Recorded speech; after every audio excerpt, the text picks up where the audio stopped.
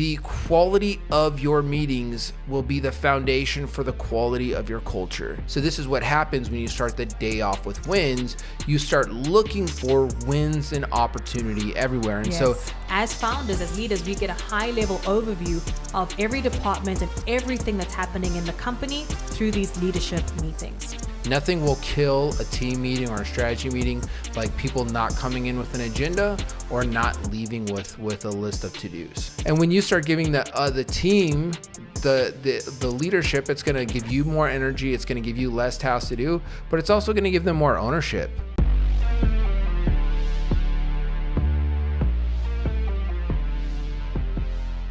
Welcome to the Takeover with Tim and Cindy, where we show you how to dominate every area of life and business. Let's get winning.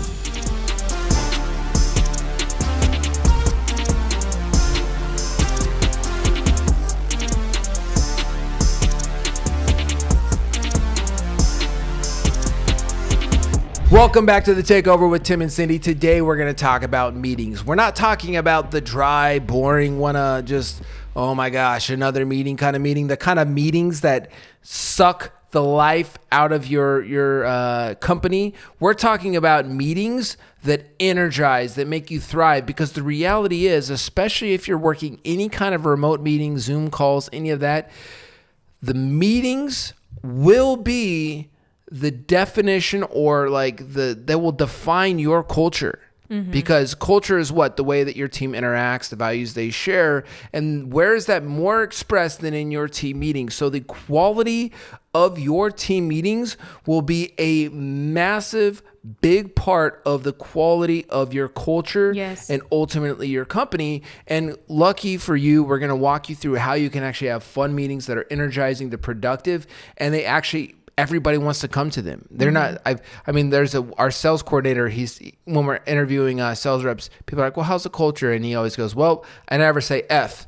I got to come to the sales meeting again. I always look forward to the meeting. So that how do we create a company culture where we actually have fun meetings that are energizing, that define our culture? And we're going to walk through kind of like the nitty gritty details today, aren't we? Yeah, we're going to walk through what our team meetings are, how we run them, what meetings we have weekly, monthly, etc. So you all can take the keys out of the kind of meeting structure that we have, how often we have them, and what we're discussing on those meetings. As Tim mentioned, your meetings are your team's culture. So whether you are an in-person team, I think you're going to get a lot of keys here, but especially if you are remote, because that is going to dictate the kind of company culture that you have.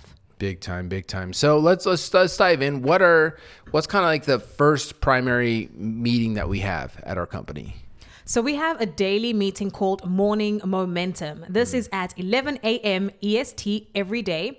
We start Morning Momentum off with wins. The goal of this meeting is to get people energized, charged up, excited about the day. And we have it 11 a.m. as I mentioned on Zoom. So our whole team is remote.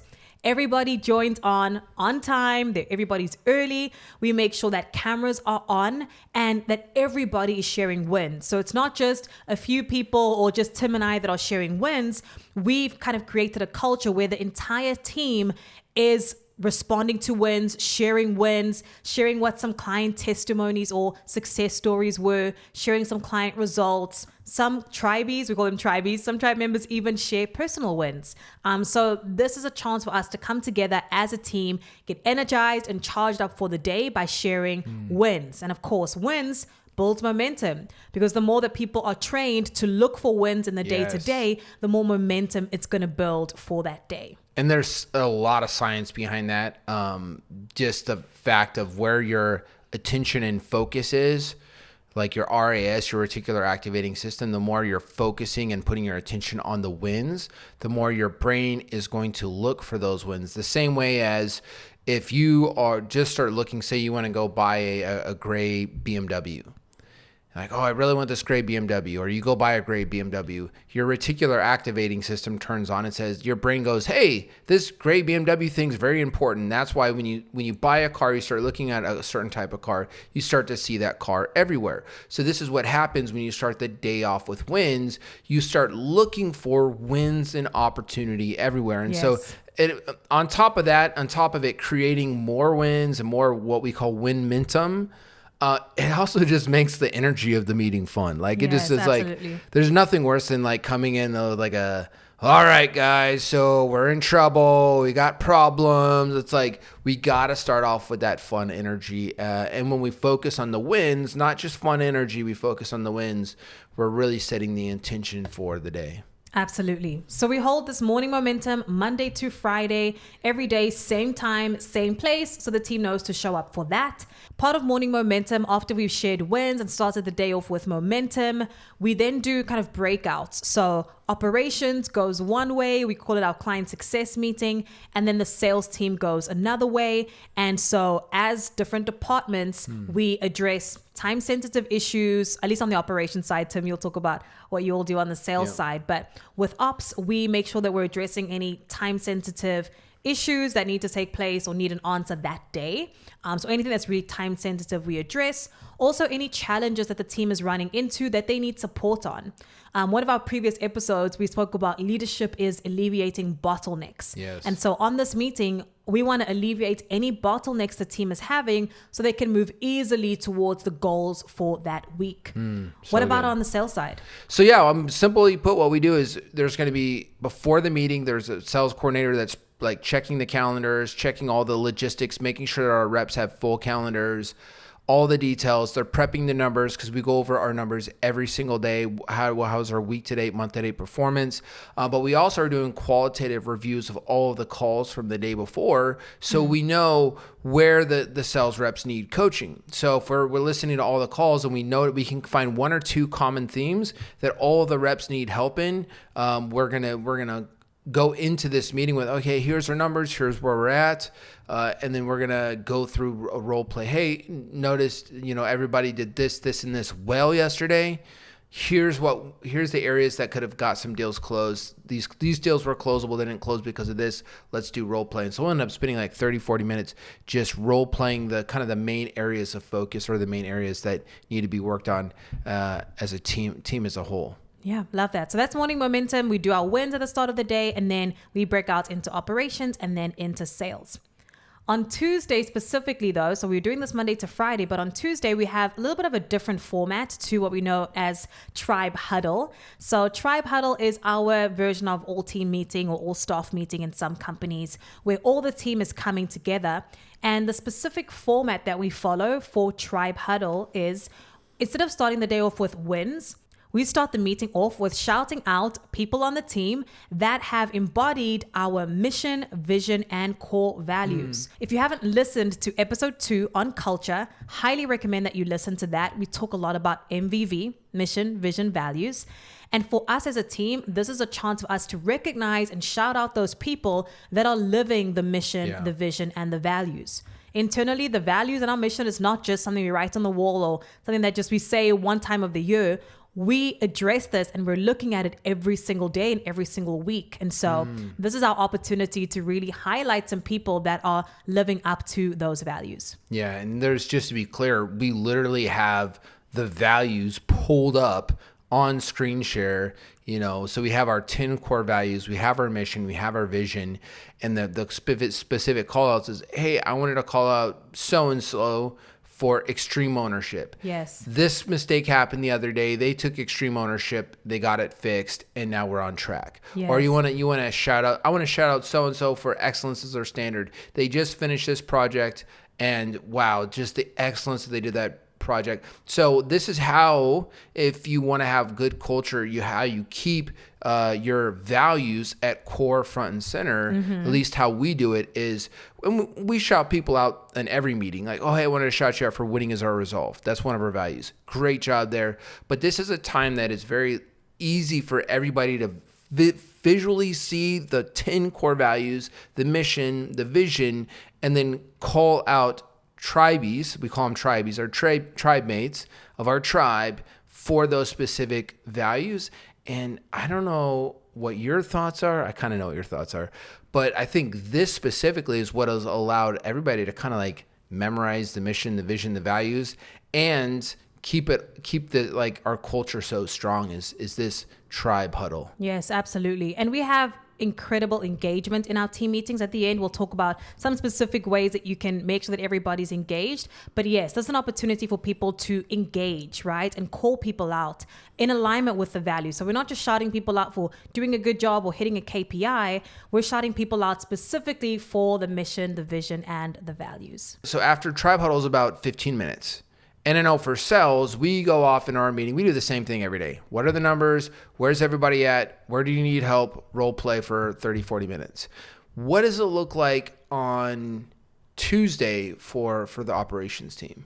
So after you shout people out for living up to the mission, vision, and values, we then go into breakout rooms, about 3 to 4 people per room. And here we ask people to share their personal and professional wins. This is just good news, good things that are happening either personally and professionally. Every week you'll be paired up with different people. So every week you're meeting different people in the tribe or on the team. So it's never the same room with the same people. And this is just an opportunity to get to know people that are maybe in a different department than you or somebody that you don't necessarily work as closely with. This has helped us to really boost camaraderie among the team and just allow people to get to know each other that maybe wouldn't have communicated or interacted with in a different space. And I think what's so powerful about this is even for me personally, because I get to go into rooms where I'm like, there's new people on the team I've never met before, and now I get to chat with them here one-on-one in a room, which is cool for them. It's cool for me. I know the whole sales team has said, wow, how powerful it's been to be able to meet and see other people of our team. And you go spend 5 minutes there and you hear how other people are hitting their personal and their professional goals. Yeah. And it really does. I mean, I think, I'm not sure if we got lucky, we stumbled upon this. I think you're the one who built this thing out. But oh my gosh, this has been such a powerful way to be, as we grow the size of our team, for everybody to really feel connected. Because you get you get to meet people you would have never met in any other organization before without this kind of structure. And you get to hear like what's happening in their personal and professional life. Like, hey, I was able to save up and buy my first house, or hey, I was able to save up and buy this car or do something like that. Like, it's a really cool way to like personally connect with people you never connect with. Yeah, absolutely. So that's on a Tuesday specifically, ladies and gents. So Tuesday, again, we start off with the tribe huddle. We share values and vision and all that good stuff. Then we go into the breakout rooms. And then from there, we follow the same kind of format that we would on any day, which is operations breaks out and sales breaks out. So sales is the exact same meeting. Every day, very consistent. What are your numbers? Where are you at? Where do you need help? Let's role play for 30 minutes. Awesome.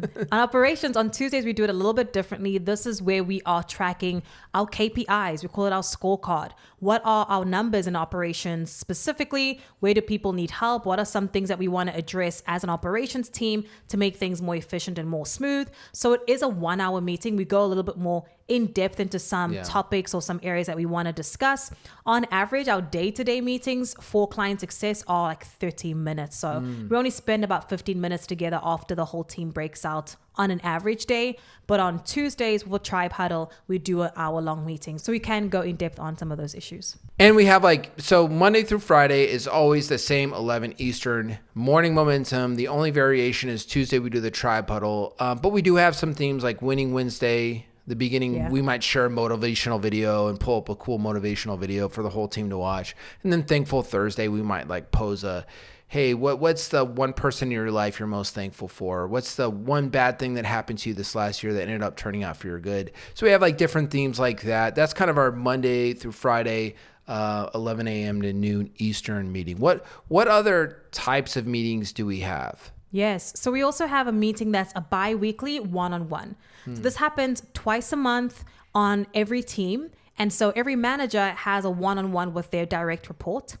On that one-on-one, it's an opportunity to look at what that person's KPIs are, where are they at relative to where they need to be in their role, KPIs, right? Are they hitting their goals? Are they on track with their KPIs? Are they not? And that's an opportunity to actually offer coaching and support so that the person can be on track for hitting their KPIs. And our one-on-ones, we also talk about this big theme for us at PIMA, which is PPFs. PPFs simply stand for personal, professional, and financial goals. And so we talk about, are you on track or not on track for hitting your goals? What our team loves about this is that extra layer of accountability that you have, right? You're speaking to somebody that's your leader, that's a manager, that you can brainstorm ideas off of. You can get coaching from them as well. But it's such an amazing opportunity to connect one-on-one with somebody for 30 minutes. It's a short meeting, but you get to not only offer support as a leader, also hear about some challenges that your direct report might be facing, but also offer mentorship to help them hit their goals. And I think this is a place where you really gotta develop people. You got to build that personal connection. You gotta tie the company goals to their personal goals. Yes. And I know we have seen a lot of people in our team, because of these mentoring meetings, because of these one-on-one meetings, hit goals like 5-year goals in 6 months. Like hit 5-year goals in 1 year. Hit goals that they were someday they didn't even know they could hit. They hit them in like 6 months. And so I think a really, really important part of this is just thinking, going back to the leadership episode that we did, which was, we don't manage people, we manage systems and processes, and we develop people. Yeah. And this is a really powerful time to develop people. Can you maybe give just one or two pieces of advice on how you think about going into these meetings? Because I know a lot of times as leaders, we just want to give advice, but I know you're really good at listening and kind of almost letting your teammates run the meetings while you're mentoring them. Yeah, absolutely. So we have an agenda for the meeting. Every one-on-one follows the same agenda for everybody on the team. And so the person that is, so say, for example, someone's meeting with me one-on-one and one of my direct reports, say it's a client success manager, they're coming with the agenda already set. They know exactly what they want to discuss on that meeting, and they're running the meeting. So they're walking me through their KPIs. They're walking me through any ideas that they have in a certain area. They're walking me through their PPFs, their goals, and any progress that they've made on it. And I'm making comments here and there. And if there's an area that they need advice on, I'm then offering coaching and support. But I want to say a lot of the meeting is that person discussing and they're leading. I'm the one that's there to listen and then to offer advice where they need it. I love that. Okay, cool. So we have our daily team meetings. We have our one-on-ones. What other type of meetings do we have at PIMA? So the next type of meeting that we have is a leadership sync or leadership meeting. Here, this is where all the leaders of the team are coming together to discuss KPIs. Are we on track or not on track for hitting our goals for that month or for the quarter? We also share wins. That's how we like to start every meeting, is sharing wins. What are some good things happening on the team? Some leaders like to shout out their teammates that are living up to the mission and the values. Yeah. So as founders, as leaders, we get a high level overview of every department and everything that's happening in the company through these leadership meetings. And they're very practical. Like what are the numbers? Are we on track? Are we not on track? If we're not on track, what are the activities that we got to do to get on track? Maybe we do a little bit of brainstorming. We generally save the discussions for the very end, and they're very much okay. Here's the discussions we talked about. What's the next steps? Yes. Just remember, any meetings where you're going to discuss strategy and ideas, there always has to be an agenda and what are the next steps from the meeting. Nothing will kill a team meeting or a strategy meeting like people not coming in with an agenda or not leaving with a list of to-dos. Absolutely. Yes, for sure. And then another meeting that we have is the founders sync or founders meeting. That's where Tim and I meet once a week and we sync on, again, very high level, what's going on in the company, in what areas does that other person need help. So maybe I will ask Tim for support in a certain area or he'll ask me for support. We try to hold anything that needs discussion between the two of us for that founders sync, because we see each other every day and we interact a lot. It can be that you just want to have conversations in passing, right? Like, hey, remember that one thing I wanted to tell you about? And it can get very messy when you try to have conversations like on the go. You could pull somebody could be in one area of focus, and if you're randomly bring something up, it can pull them out. Like if you're focused on working with the team on a project and I'm like, oh, hey, have you thought anything about XYZ? And you're like, and then I'm on you're something deep else. in focus and you're somewhere else. I can mess up your flow. And as we know, the science shows if you pull somebody out that's in deep flow, it could take them 20 minutes to get back in. Yes. And so Founder Sync is a way that we can feel like if something needs to be discussed, we can communicate, but it's also a great way to respect the other person, what they're doing in their time. So Absolutely. yeah. Yes, I love that. So we have that every week, and it's been super helpful for us to communicate and make sure that we are aligned from a sales perspective and an operations perspective. So we have a lot of synergy going into those. And then, of course, offering support to the other person where they need help with their team, with the department that they're leading. Yeah, love that. Let's talk about what are some keys to run effective meetings. So you brought up having an agenda. You brought up making sure we have action items. What are those specifics that as leaders we look at and we train our team on how to run effective meetings that have been a game changer for us? So, I mean, the way I did it wrong before, because I just want to like kind of say how I mess it up. And Cindy's really good at running meetings. I would say like you're my mentor when it comes to how do you run an effective meeting, is that it would just be more of a, okay, well, hey, we've got some stuff. What are your guys' ideas? I was trying to be more creative and more flowy, and there wasn't much getting done. And the point is there needs to be a clear leader who's leading it. Mm-hmm. So there's always a leader that every meeting we go into, and it's not us. We're not leading every meeting. Correct. There could be Thankful Thursdays, there's somebody leading. Winning Wednesday, there's somebody leading. Tribe Huddle, there's always a leader leading. There's always somebody leading. They know the agenda. The team knows the agenda. You go through the agenda with clear steps. You don't break out of the flow of the agenda. So it's very structured. And the point is to go into it with like, just clear, like here's what's going to happen, and having somebody else lead it. Because if you're the leader and you're running every meeting, it's number one, it's going to be exhausting for you. And number two, like your team's just going to get sick of hearing you. Yeah. They're going to, and when you start giving the team, the leadership, it's going to give you more energy. It's going to give you less tasks to do, but it's also going to give them more ownership over the company. It's going to make them feel like they have more say and more ownership in the company. So I know agenda is super important.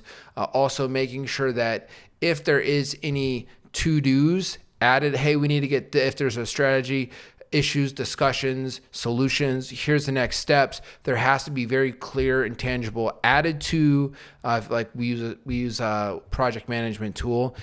There needs to be clear tasks added to that project management tool with clear due dates at the end of the meeting as well. So that would be agenda and then clear to-dos. What else is there? I mean, there's a lot of other points here. Yeah, for sure. Absolutely. Always have somebody leading the meeting. So that person's going to be the one to ensure the meeting starts and ends on time. That's super important that you're respecting everyone's time. If you constantly have meetings that are running over, it's showing your team that you don't value their time. So ensure that person that's leading starts and ends on time.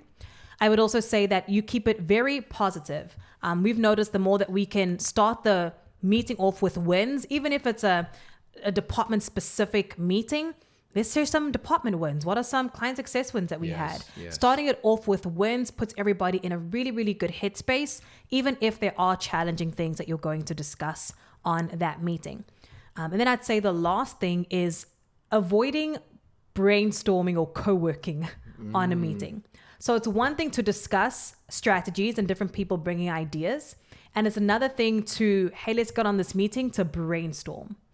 You don't want to do that. One, it's going to waste people's time. You're going to have a lot of groupthink on that as well. So you're not going to have the best ideas that come from that. And trust me, it's a huge time waste.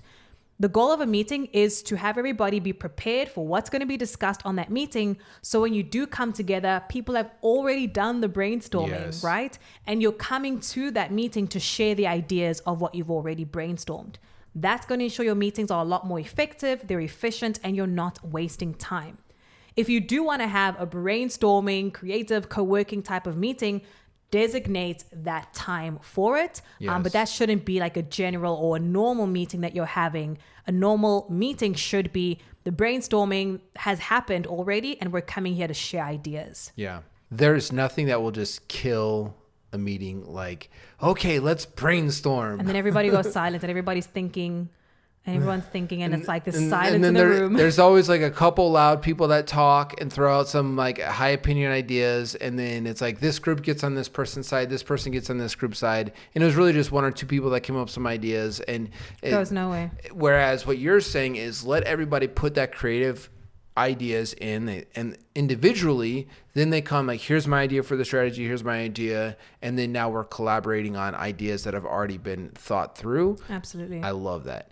Yeah. You know, can I add one more thing to this? Is time.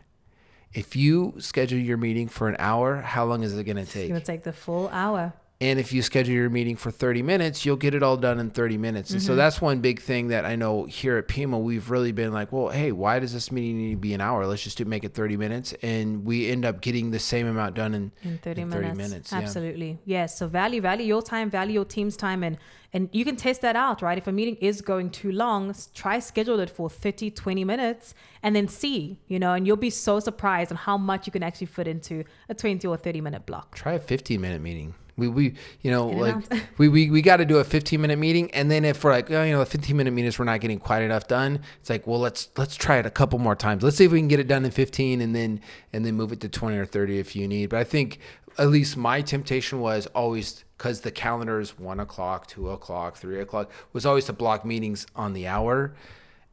Or on the 30-minute, but it's like that 20-minute meeting versus a 30-minute meeting. If you've got 3 meetings in a day, that alone right there adds up to half an hour. Yes. So always determine how you can be more efficient with your meetings. Absolutely. Love it. So, I mean, just remember the quality of your meetings will be the foundation for the quality of your culture. You want meetings where people get energized, and that's going to be wins. That's going to be not brainstorming on meetings. That's going to be having clear agendas, clear to-dos, and people seeing not just in the meeting energy, but I think people seeing fruit come from the meetings.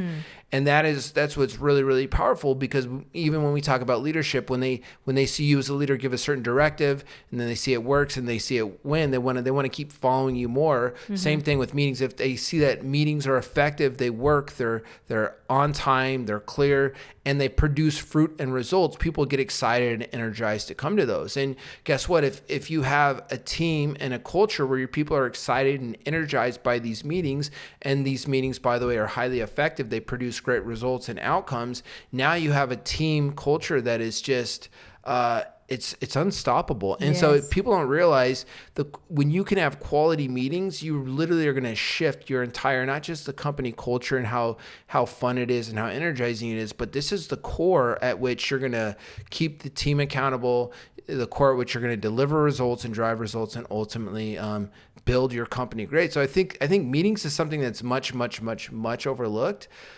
And most of the time it's done really bad. Yes. I will add on to this as a bonus tip, is to collapse meeting as much as possible. Meaning not everything needs to be a meeting, right? If you can send this in a message, if you can Slack somebody, if you can email somebody, respect that other person's time by sending it in an email versus meeting. So we value like async communication as much as we need to, right? So I can send somebody something, send them a Loom video if it needs to be that, and we can communicate async, which means we don't both have to be on the meeting at the same time communicating. That's good. The more that you can async communication, especially in a remote environment, it allows you to be more productive and the person that you are communicating with to be more productive, because you both don't have to block this 1 hour, say, time block on your calendar. So value async communication. Not everything needs to be a meeting. I don't want, people to take that out of this. It's like, make meetings for those things that are essential, that do allow you to build culture, that have to be discussed over a meeting,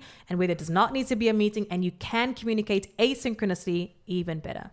Love it. Love it. So cut the fat. When it don't need to be there, it don't need to be there. Yes, absolutely. Love that. Love this conversation. Yeah, I mean, in this what we have here, it's still being developed and it's still being, but I mean, we've really dialed this in. Yes. And we've given a lot of thought, time, energy, attention, and feedback from the team, and a lot of iteration. I mean, we're constantly iterating. How do we make every area of our business 1% better? So as always, wherever you're at in your life, your business, whether you're entrepreneur with a massive company, a startup business, a manager, or you're working for a team, or you want to be a leader, remember, we always want to walk away from our shows with like, what's the one or two things that if I can apply right now? If nothing else, if you take one or two things away from this and make yourself better, your team better, your company, your culture better, then that's a win for us, because that's what we're here for. And so, hey, real quick, if you got no value from this at all, this is the worst show you've ever heard in your life, do not give us a rating. Do not give us that 5-star. Do not share this. But hey, if you did get value from this, if this was helpful, the only thing we ask is that you do a rating on this. You give it a 5-star rating. You click on that rating. Depending on what device you're on, where you're at, you're going to have to take 1 second to look that up. That's the only thing we ask. But again, if they didn't get any value from this at all, like, I don't even know why y'all are still listening. So if you're watching this on YouTube, make sure to click that subscribe button. If you want more content like this, again, if this was the dumbest show you've ever seen, don't click it. Don't like. Comment down if you have any questions or comments or thoughts, or you thought something stuck out to you. Comment down there. We will interact with any of your comments. And click that like button if you enjoyed this. Now, again, this is Takeover with Tim and Cindy. Stay winning.